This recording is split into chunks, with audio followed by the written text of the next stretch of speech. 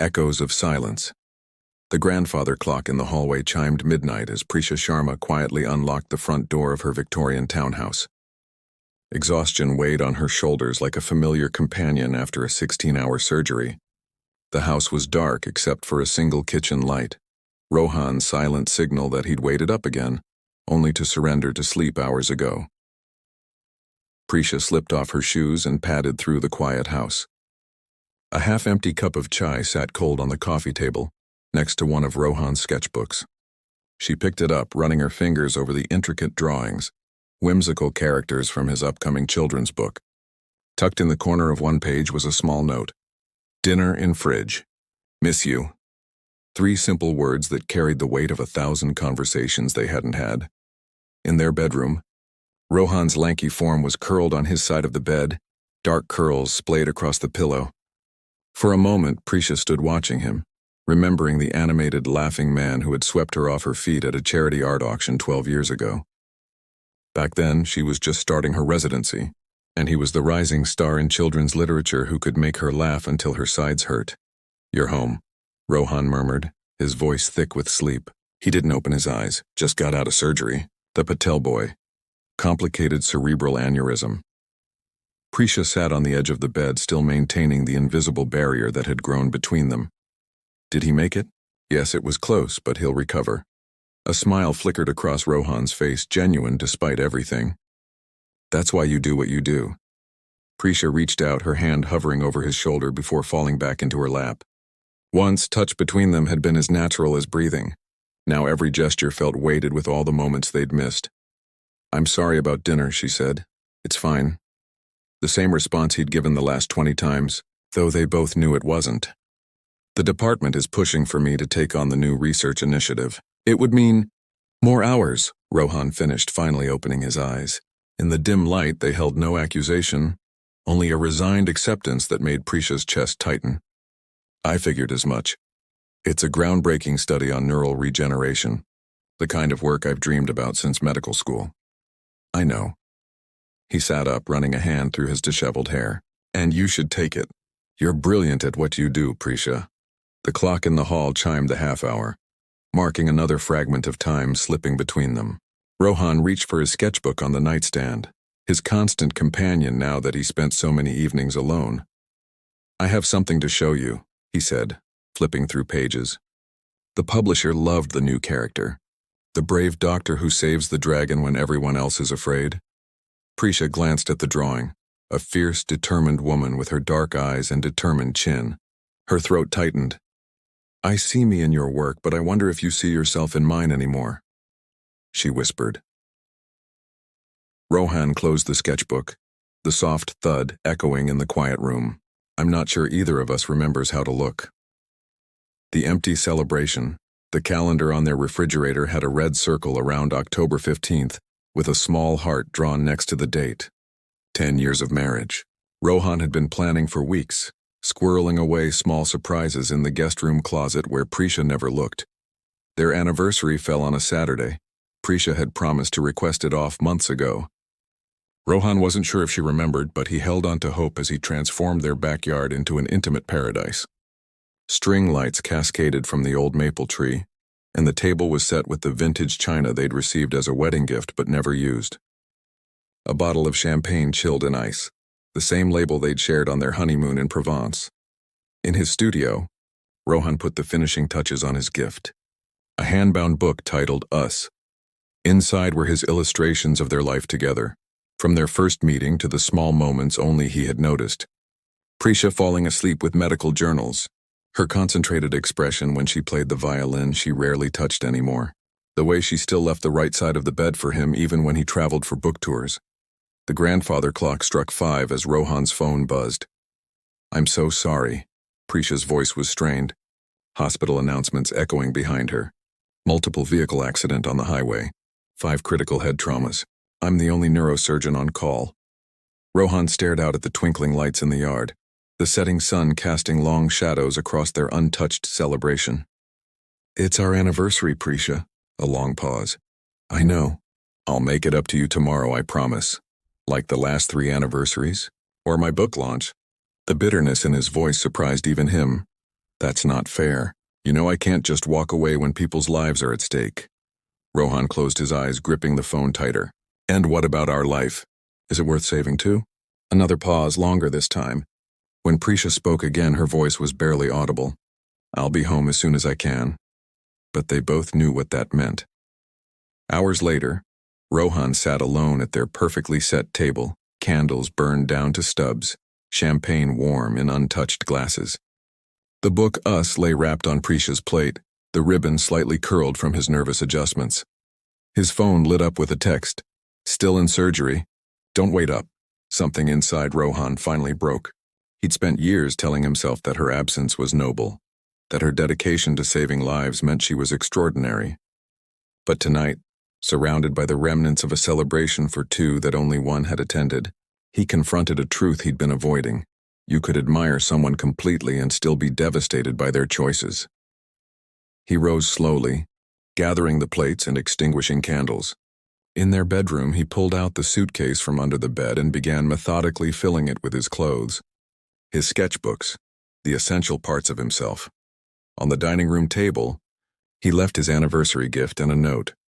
I've been drawing us for years, trying to preserve what we're losing, but I can't illustrate a future I can't see anymore.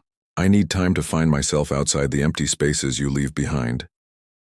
As he packed the last of his belongings, Rohan wondered if Prisha would even notice he was gone before tomorrow night. Part of him hoped she would rush home and stop him. The other part knew this silence between them had been building for too long, its echo finally loud enough that neither could pretend not to hear it. Hidden pages. 3 days passed before Prisha noticed Rohan was truly gone. The first night she'd crawled into bed at 3 a.m., too exhausted to register the emptiness beside her. The second day blurred into the next surgery, the next consultation, the next moment where someone's life depended on her steady hands. It wasn't until the third evening when she arrived home early, deliberately, guiltily early, that she found the wrapped gift and note on the dining table.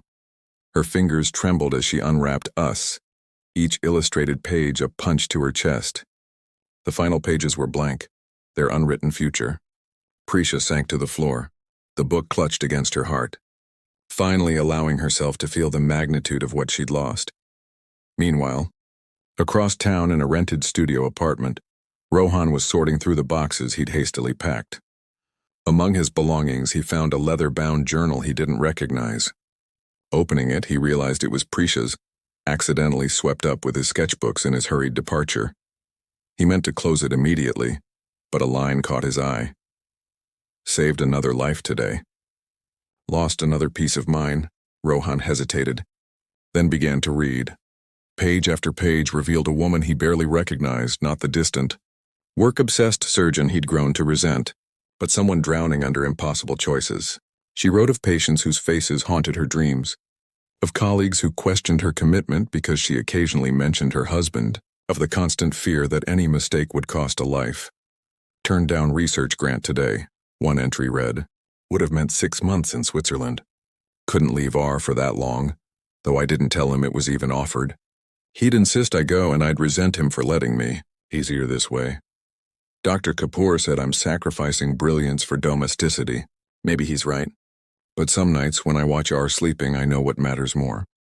Rohan's vision blurred. How many sacrifices had she made that he never knew about? Back at their home, Prisha ventured into Rohan's studio, a room she rarely entered, respecting it as his creative sanctuary. She was searching for any clue about where he might have gone. Instead, she found a wall covered with sketches, not for his books, but of her. Prisha operating. Prisha sleeping. Prisha laughing. Moments she didn't realize he'd been watching with such tender attention. Behind his drafting table was a folder labeled Prisha's Symphony. Inside were sheet music, compositions, dozens of them each, titled after significant moments in their relationship. First date, wedding morning, the night you saved twins. Rohan had been translating their life together into music for her violin that sat untouched. A note was paper-clipped to the most recent composition. For when you find time to play again, I'll wait. As night fell, two people sat in different places, surrounded by evidence of a love more complex and enduring than either had realized. Prisha lifted her phone, then set it down. Some reconciliations required more than words. In his temporary home, Rohan carefully packed Prisha's journal to return it, understanding now that the silence between them hadn't been emptiness. It had been all the things they'd been afraid to say. The bridge between worlds, the cow. Children's Hospital Charity Gala had been on both their calendars for months. Prisha as a featured neurosurgeon, Rohan as the illustrator whose books lined the pediatric ward shelves. Neither had planned to attend after their separation, yet somehow both found themselves there, standing at opposite ends of the elegantly decorated ballroom. Dr. Mehra, the hospital director, spotted them immediately. "There you both are!" Perfect timing. We had a last-minute idea. Rohan's illustrations projected while Dr. Sharma explains the new pediatric neurosurgery wing. The children are so excited to see their favorite doctor and storyteller together. Before either could object, they were ushered to a small preparation room. "I can withdraw," Rohan offered quietly, once they were alone. "No," Prisha said, meeting his eyes for the first time in weeks. "The children deserve this. We can manage 20 minutes of professionalism." Rohan nodded, pulling out his tablet to show her the illustrations. "These are characters from my new series, Brain Cells as Superheroes." Despite herself, Prisha smiled. "Neurons as caped crusaders. You always could explain my world better than I could." "I found your journal," Rohan said suddenly. "It was mixed in with my things. I read some of it." "I shouldn't have. I found your compositions," Prisha interrupted. "And the wall of sketches." A heavy silence fell between them, filled with all the things they'd kept from each other. "Why didn't you tell me about Switzerland?" Rohan asked. Prisha looked away. "Why didn't you tell me you were composing music for me?" "Because you stopped playing. You said you didn't have time anymore." "I stopped playing because it reminded me of who I was before, when I could balance being a doctor and being—" She hesitated. "Being yours." Rohan's hand moved toward hers, then stopped. "I never wanted you to choose. I just wanted to be included in the choice." The door opened as Dr. Mehra popped his head in. "5 minutes, you two?" Left alone again, Prisha reached into her purse and pulled out Rohan's book. "I've been carrying this everywhere, reading it when I should be reviewing cases." Her voice broke slightly. "How did you see so much of me when I was barely there?" Rohan took a deep breath. "Because I was looking, always, even when it hurt to see how far away you were." On stage minutes later, something extraordinary happened. As Prisha explained complex brain functions to an audience of patients, parents, and donors, Rohan's illustrations danced across the screen, his artistic vision translating her scientific world into something magical and accessible. They moved in perfect synchronization, her words and his images creating something neither could have made alone. For those brief moments, they found their rhythm again. Neurologist and artist, science and fantasy, precision and imagination. In the applause that followed, their eyes met with the dawning realization that perhaps the worlds they inhabited weren't as separate as they had believed. The symphony of second chances rain pattered against the windows of Rohan's studio apartment as he stared at his phone. 3 weeks had passed since the charity gala. 3 weeks of tentative text messages and brief coffee meetings that ended just as the conversation touched anything meaningful. Today's message from Prisha was different. "Can you meet me at home?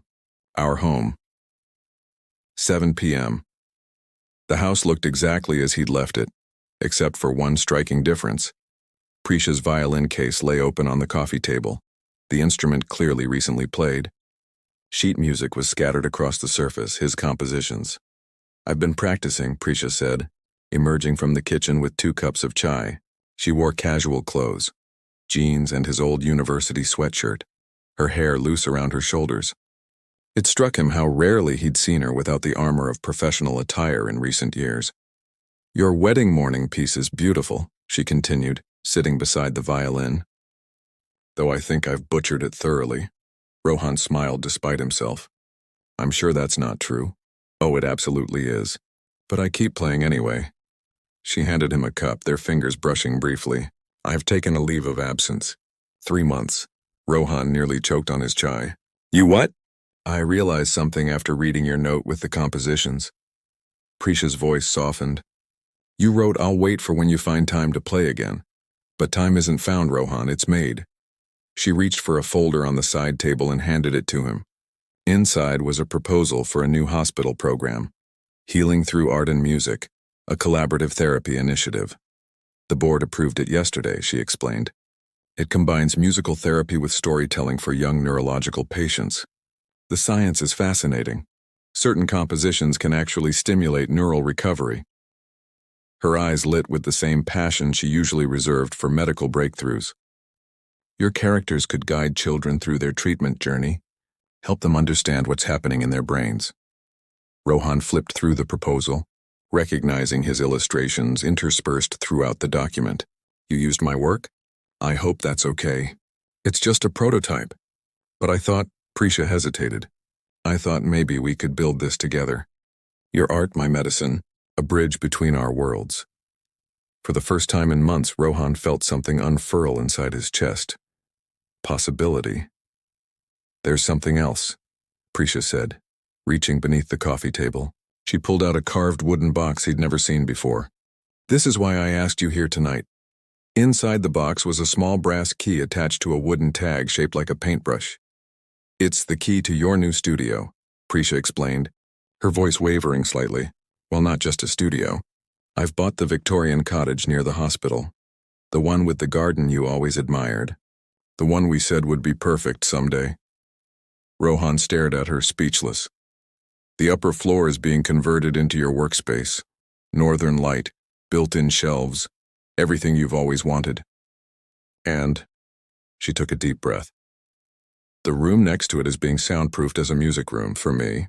For us. Prisha, we can't just fix everything with a new house. I know, she interrupted, taking his hands. The house isn't the gift, Rohan. The gift is what it represents. I'm not asking you to move in immediately. I'm asking you to consider building a new life with me, one where neither of us has to shrink to make room for the other. She reached for her violin, positioning it beneath her chin with the awkwardness of someone still remembering a long-abandoned skill. I composed something too, she said, her smile self-deprecating. It's terrible, but it's honest.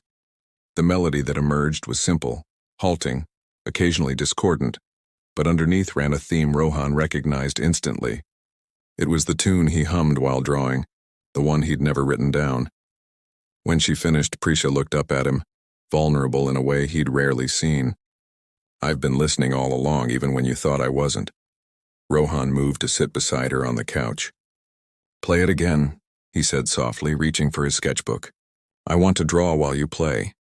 As the tentative notes filled their home, Rohan's pencil moved across the page, not illustrating fantasy or children's tales, but the reality before him, Prisha with her violin, creating something new, imperfect but genuine. Later that night, they stood in their backyard beneath the maple tree that had witnessed their empty anniversary celebration. This time there were no elaborate decorations, no careful plans, just two people holding each other in the gentle rain. I can't promise I'll never miss another dinner, Prisha whispered against his chest. And I can't promise I won't sometimes resent your passion, Rohan replied honestly, but I can promise to make time. Not just find it, she said. Rohan tilted her face up to his. And I can promise to see you, all of you, not just the absences. Above them, the maple leaves shimmered with raindrops, each one catching and reflecting the porch light. Countless tiny mirrors showing fragmented glimpses of the same two people, finding their way back to each other through the spaces between.